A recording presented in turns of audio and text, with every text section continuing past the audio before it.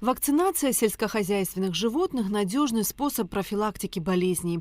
Прививочную кампанию проводят планово и внепланово. В данное время в Абхазии вакцинация проводится там, где есть угроза заболевания или оно уже выявлено.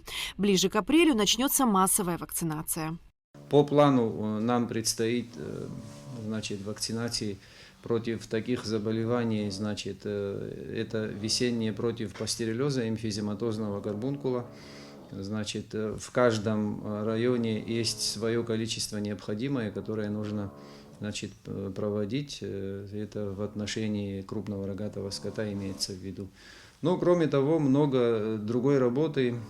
Это дегельминтизация, противоглистная, противоинвазионная, обработка животных. Сами владельцы животных об этом всем знают. Они просто просим о том, чтобы они более ответственно отнеслись к этому. Кроме того, ветеринарная служба проводит диагностику и вакцинацию от бруцеллеза и туберкулеза у скота. Эти заболевания опасны тем, что могут передаться от больного животного человеку. Одна из главных прививок – от сибирской язвы. Это крайне опасная инфекционная болезнь как для животных всех видов, так и для человека.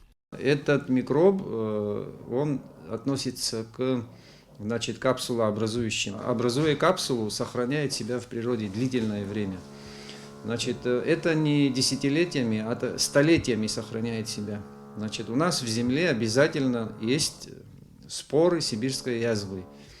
При каких-то наводнениях, других природных катаклизмах эта болезнь может выявиться, может выскочить из-под земли, так как говорится, и потом начнется заболевание смертельно опасное для людей.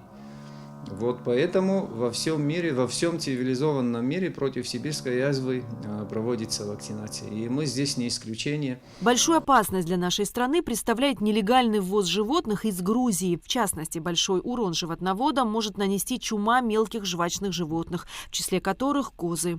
По нашим данным, в Республике Грузия проводится ежегодная вакцинация против чумы мелких жвачных.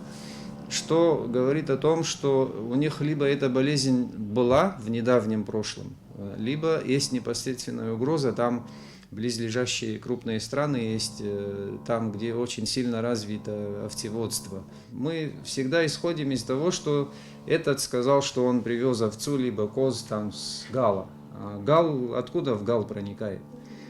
Понятно, что нету там таких овцеводческих и ферм коз, чтобы разводили, продавали такого. Все знают, что это завозится из Грузии.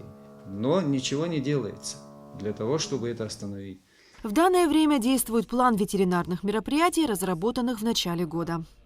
Эсма Гуланзе, Алексей Баструков, Абхазское телевидение.